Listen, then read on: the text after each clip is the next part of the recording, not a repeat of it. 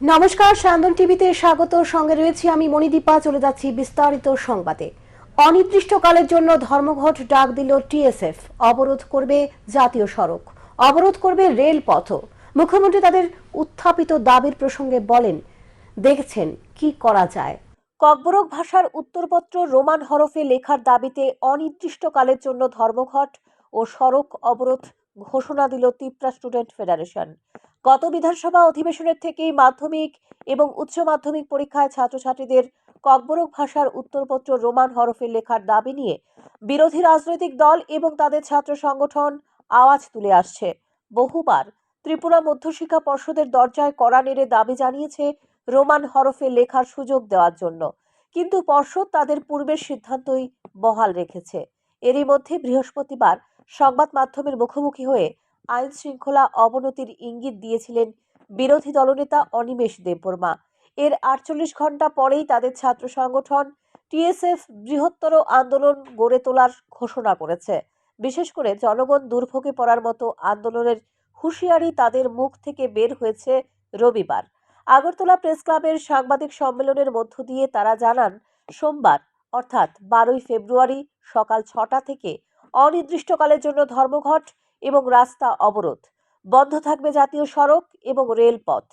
যতদিন না পর্যন্ত দাবি পূরণ হবে ততদিন পর্যন্ত আন্দোলন চলবে বলে জানান। তারা বলেন, গত 6 ফেব্রুয়ারি ত্রিপুরা মধ্যশিক্ষা পর্ষদ সভাপতি এক সাংবাদিক সম্মেলন করে দাবি করেন শুধুমাত্র বাংলা ভাষায় উত্তর লিখতে হবে। তারপর 9 ফেব্রুয়ারি পর্যন্ত ত্রিপুরা মধ্যশিক্ষা পর্ষদ সভাপতির কাছে দাবি জানানো হয়েছে ককবরক ভাষার পরীক্ষায় রোমান হরফে ছাত্রছাত্রীদের লেখার সুযোগ দিতে হবে। তারপরেও 10 ফেব্রুয়ারি পর্যন্ত পর্ষদের পক্ষ থেকে কোনো রকম বিবৃতি পাওয়া যায়নি। তাই ভাষাগত অধিকারের জন্য জনজাতি ছাত্রছাত্রী ও অভিভাবক সকলকে এই আন্দোলন সমর্থন করতে হবে, কারণ এই আন্দোলন শুধু কারোর স্বার্থ রক্ষার জন্য নয়, সকল ছাত্রছাত্রীদের ভবিষ্যতের কথা ভেবে এই আন্দোলনে নামতে চলেছে টিএসএফ। তারা আরও জানান, বিয়ের গাড়ি, দুধের গাড়ি, অ্যাম্বুলেন্স, দমকল ইঞ্জিন সহ বিভিন্ন জরুরি পরিষেবার গাড়ি এই ধর্মঘটের আওতার বাইরে থাকবে। আয়োজিত সাংবাদিক সম্মেলনের মাধ্যমে তারা আরও জানান, টিআইএসএফ এর পক্ষ থেকে 12 জানুয়ারি যে আন্দোলন শুরু হবে তারও সমর্থন করবে TSF. Decided tomorrow, as we are supporting the TISF the road blockage, we TSF also called indefinite strike from tomorrow. On behalf of TSF, আমরা কালকে থেকে indefinite strike we declared. There is a message to all the people of the state. I will appeal all the people to participate in the movement. Let it be of all community, all tribe, students. I will appeal you all, especially the public schools. I want you all to support at this movement. Students, parents, আপনারা এই যে মুভমেন্টটা support করতে হবে। This is a movement for our students' future. We are not against anyone. So we TSF, we support the TISF road blockage, but we TSF also call indefinite strike from tomorrow. That is our today press meet. এদিকে ককবরক ভাষার পরীক্ষার Roman হরফে লেখার দাবি নিয়ে সংবাদ মাধ্যমের এক প্রশ্নোত্তরে মুখ্যমন্ত্রী জানিয়েছেন, বিষয়টি তিনি দেখেছেন, কি করা যায়। When I went to villages, I have found that there is good response from the villagers, and it is the program of our party, and I am very happy that I had taken, I got the opportunity to go over there, and there is so many people. They are very much glad that one CM can go to the extreme corner of the state, so they are very happy, and they have full faith on our honorable Prime Minister Narendra Modi. এখন দেখার বিষয় পরিস্থিতি কোন দিকে এগিয়ে যায়। সান্দন TV. জাতি ও জনজাতির মধ্যে যে প্রাচীর তৈরি করার চেষ্টা চলছে তা এড়িয়ে চলেছে সরকার। সরকারের মূল উদ্দেশ্য রাজ্যের সকল অংশের মানুষের উন্নয়ন। রবিবার রাজধানীর পোলস্টার ক্লাবে আয়োজিত এক রক্তদান শিবিরে বক্তব্য রেখে এই কথা বলেন মুখ্যমন্ত্রী ডাক্তার মানিক সাহা। জাতি জনজাতি সবাই একসাথে আছে, কোনো বিভেদ নেই, কিন্তু অনেকে চেষ্টা করছে এর মধ্যে একটা প্রাচীর তৈরি করার। সরকার এ ধরনের বিভেদ সৃষ্টি করার চেষ্টা এড়িয়ে চলছে। রবিবার রাজধানীর পোলস্টার ক্লাবে আয়োজিত এক রক্তদান শিবিরে বক্তব্য রেখে এই কথা বলেন মুখ্যমন্ত্রী doctor Manik Saha.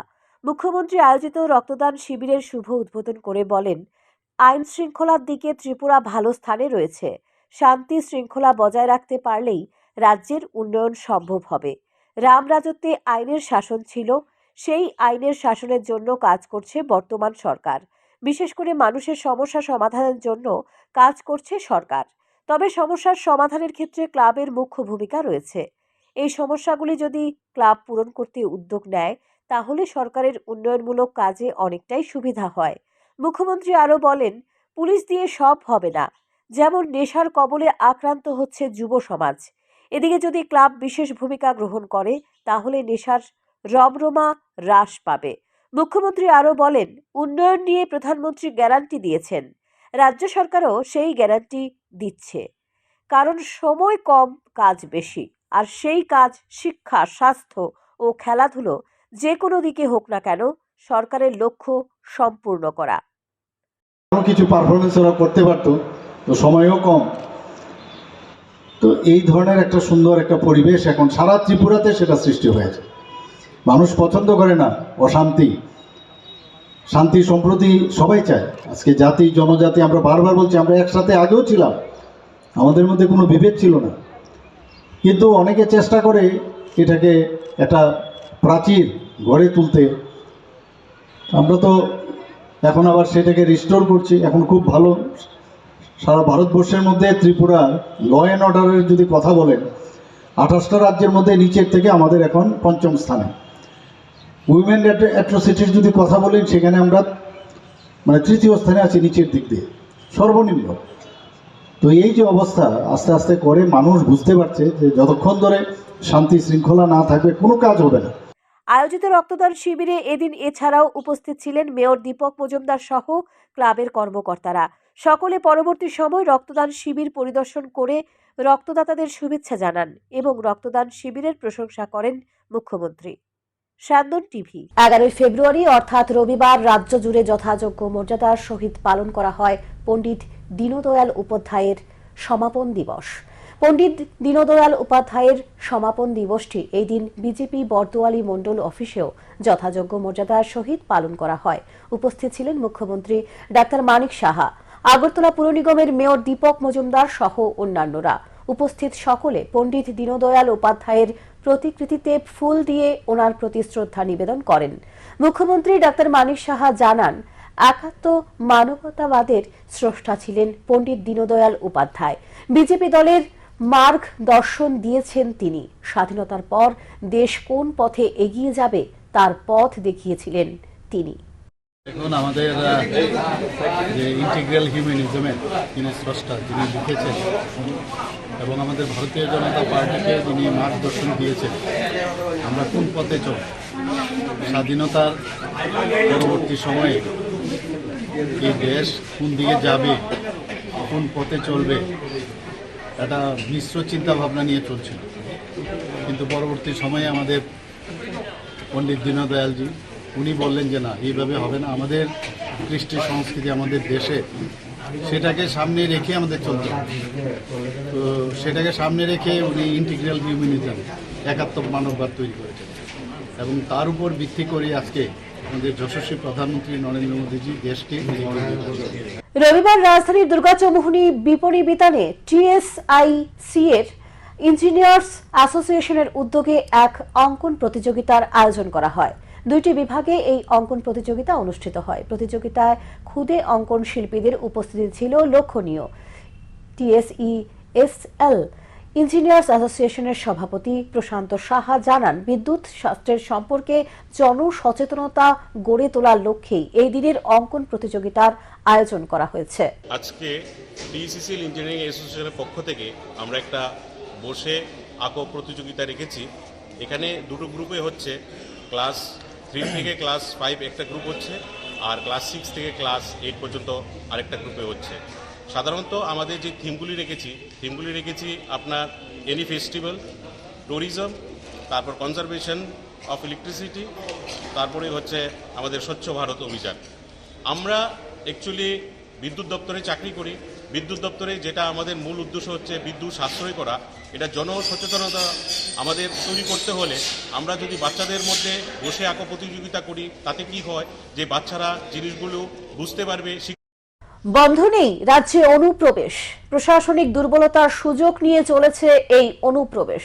Agartala rail station থেকে আটক 3 জন বাংলাদেশি নাগরিক সহ 3 জন ভারতীয় নাগরিক। আগরতলা সরকারি রেল পুলিশ থানায় এক পুলিশ অফিসার জানান, রবিবার সকালে আগরতলা রেল স্টেশন থেকে কাঞ্চনজঙ্ঘা এক্সপ্রেস ছাড়ার পূর্বে রুটিন চেকিং করা হয়। সেই সময় 3 জন বাংলাদেশি মহিলা ও 2 জন ভারতীয় পুরুষ, একজন ভারতীয় মহিলাকে আটক করা হয়। ভারতের নাগরিকরা বাংলাদেশি নাগরিকদের অবৈধভাবে রাজ্যে নিয়ে এসে কলকাতা পাচার করছিল। ধৃতদের রবিবার আদালতে সোপর্দ করা হবে। ধৃত বাংলাদেশি নাগরিকরা হল মৌসুমী, ঝর্ণা ও রহিমা। অপরদিকে ধৃত ভারতীয় নাগরিকরা হল আনজার আলম, রহিমা আক্তার ও মামুন হোসেন। ধৃত ভারতীয় নাগরিকদের বাড়ি সোনামুড়া মহকুমায়। আজকে সকাল 8টার দিকে কাঞ্চনজঙ্ঘা এক্সপ্রেস যাওয়ার আগে আমরা চেকিংয়ে 3 জন বাংলাদেশি মহিলা আটক করেছি। তাদের সাথে ইন্ডিয়ান 2 জন পুরুষ আর 1 জন মহিলা ছিল। ইন্ডিয়ান যারা ছিল ওরা ওদেরকে অবৈধভাবে বাংলাদেশ থেকে পাচার ভারতে প্রবেশ করিয়ে কলকাতা পাঠাচ্ছিল। আমরা ওদের মোট 6 জনকে আমরা অ্যারেস্ট করেছি। ভবঘুরুকে ধাক্কা দিয়ে গুরুতর আহত করল বিয়ের বাস। ঘটনা কাঞ্চনপুর মানিক ভান্ডার স্থিত দক্ষিণ বাজারে। জানা যায় বাস গাড়িটির নম্বর TR061215। এদিকে গুরুতর আহত মানসিক ভারসাম্যহীন ব্যক্তিকে অগ্নি নির্বাপক দপ্তরের গাড়ি কমলপুর বিএসএম হাসপাতালে নিয়ে আসে।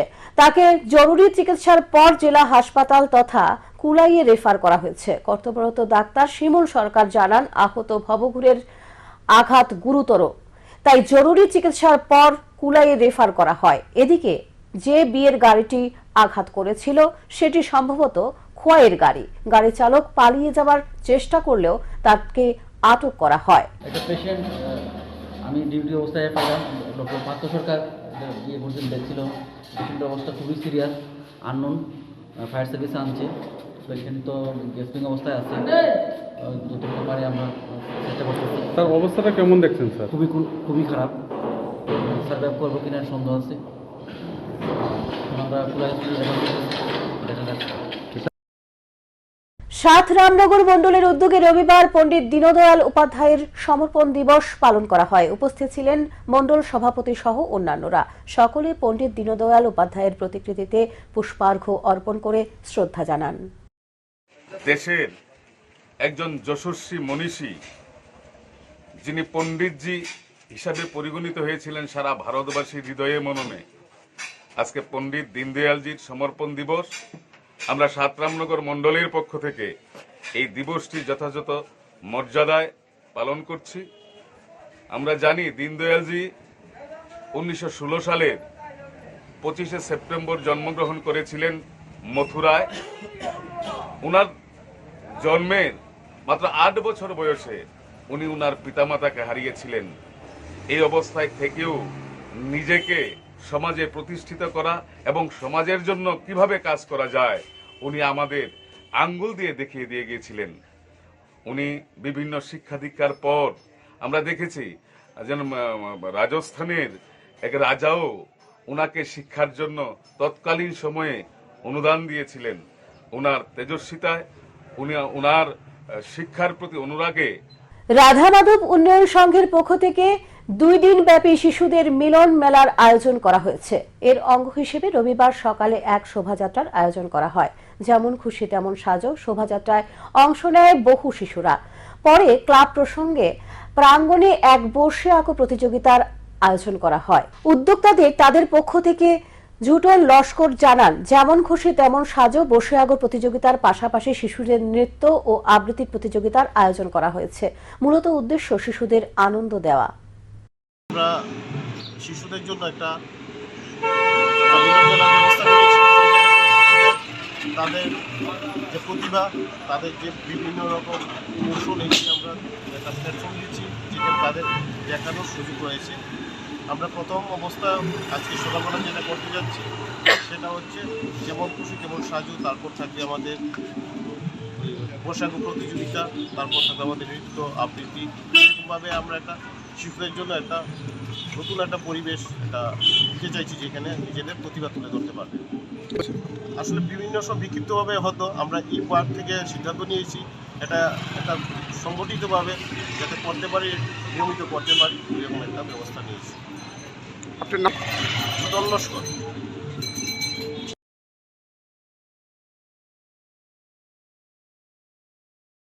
সংবাদ এখনকার মতো এখানে শেষ করছি। পরবর্তী সংবাদ দেখবার জন্য চোখ রাখুন স্যান্দন টিভির পর্দায়।